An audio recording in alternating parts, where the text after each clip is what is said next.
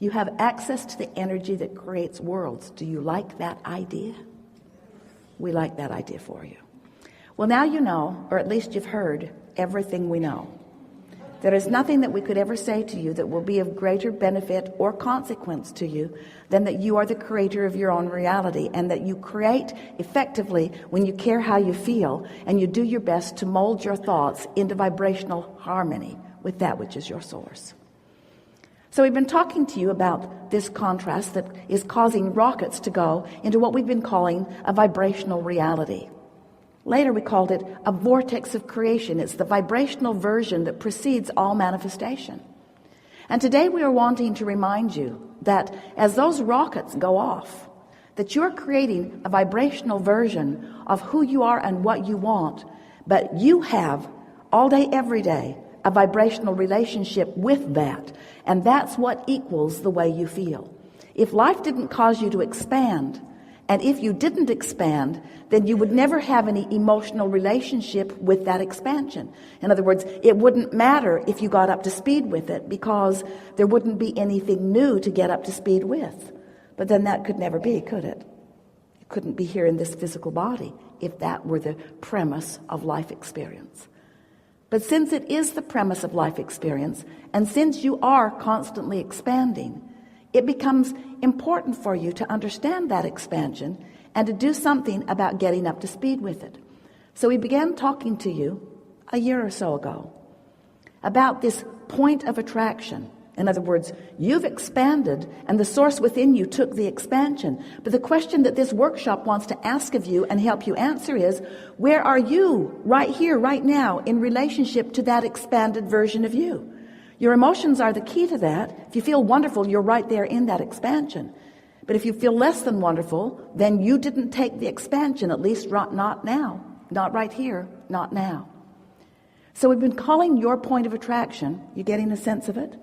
You get what your point of attraction is? Your point of attraction is what you are offering vibrationally as you stand in your physical body right here, right now.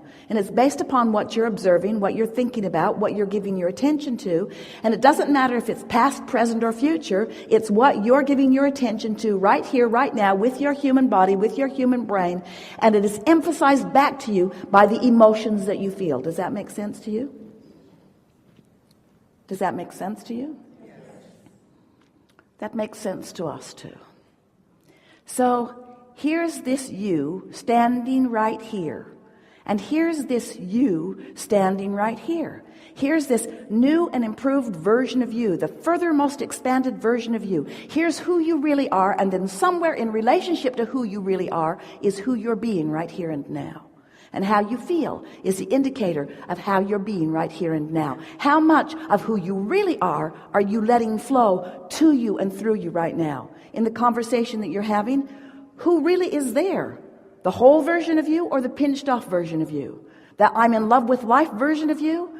I'm in love with you version of you? Or the pinched off version of you? Who is flowing right here and now? Your emotions are your indicator of who it is.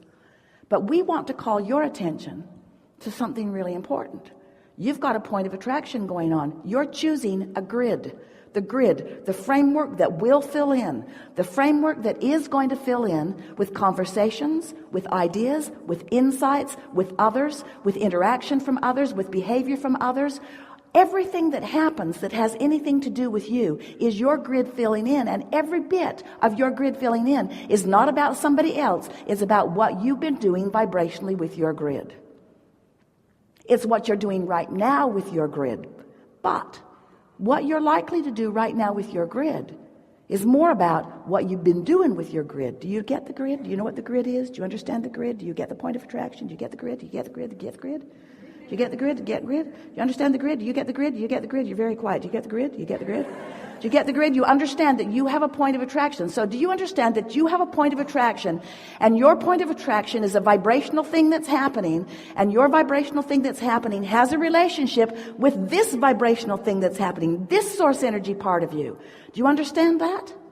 So do you understand that when the source within you is loving at a capacity that we can't even find physical words to describe, and you aren't, you got a vibrational relationship problem.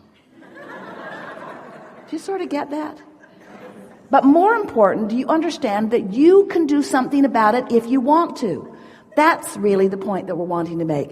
Not only is that the point we're wanting to make, it's the point that we're wanting to really make. It's the point that we're wanting you to hear and understand and leave this room understanding more than anything that you've ever heard from us ever, ever, ever. But of course that can't be true no matter how loud we become. You are the creator of your own reality because you are the asker of the questions. You are the launcher of the rockets. You have an inner being who is the becomer of what you've asked for. And now, right here, right now, you are the chooser of the thought that lets you be all of that, or you are the chooser of the thought that doesn't. Period. So this point of attraction, picture a spinning grid.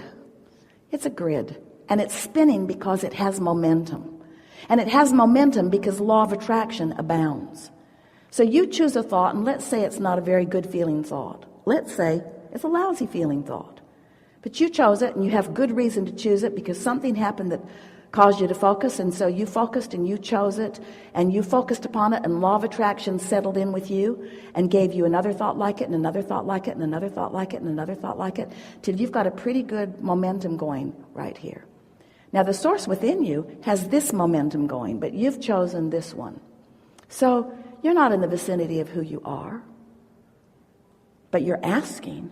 In fact, you're asking with greater fervor than you've ever asked before, because this feels like a big problem to you. And so you're asking with an intensity, the likes of which you have never asked. And you know what happens when you ask with intensity? Source answers with intensity. So the water's being sucked from your pond. It's spinning in your vortex of creation. Source has added all of the power and energy that creates worlds and is flowing it back to you proportionately. And you're operating at 40 pounds of pressure because you've got a vibration going here, and the source within you has a vibration going here. So it just sucks, doesn't it?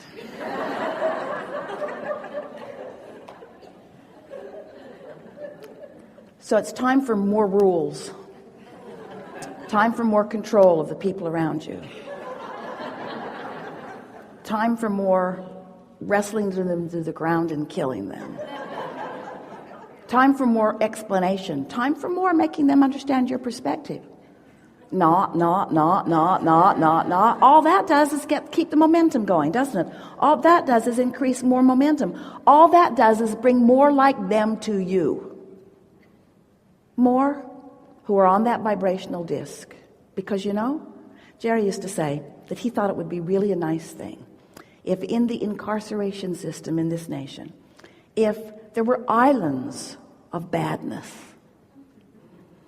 and that all the rapers could live on an island and do it to each other, and all the murderers could live on an island and do it to each other, and all the thieves could live on an island, just take stuff back and forth from each other. He just thought it was the perfect plan. And we said, you already have those islands. The crowd didn't like that very much because they don't understand why the one who's murdered ends up on the same island with the murderer. Seems like there should be a little difference in the frequency. And we say, no. You pick these vibrations, you practice these vibrations, you make them your belief system, and then you pick these chronic vibrational spinning grid discs. And the momentum ensues, and then you always, for all of the days of your life, all day, every waking moment, you have an emotional, meaning vibrational relationship between what you're choosing here and now and that, and who you really are. So we've been calling this gathering for quite a long time, the art of allowing. And what it really means is, that's the step 3 part of the equation.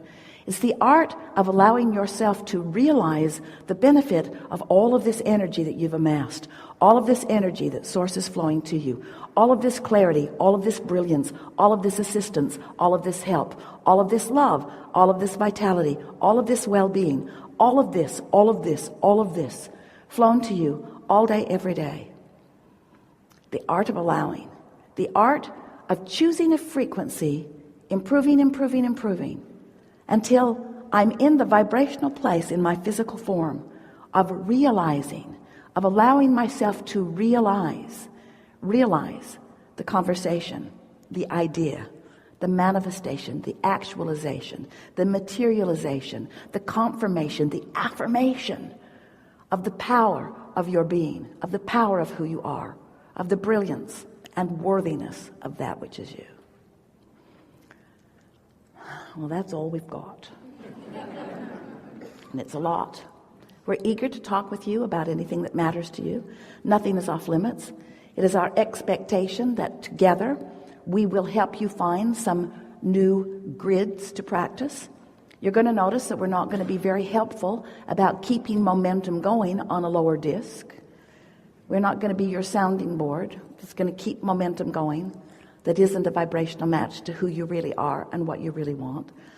And in time, you'll find yourself not willing to be a sounding board to yourself on that stuff either. You'll find yourself understanding so clearly that this is where you belong and that it is not a difficult thing to fly high. It isn't.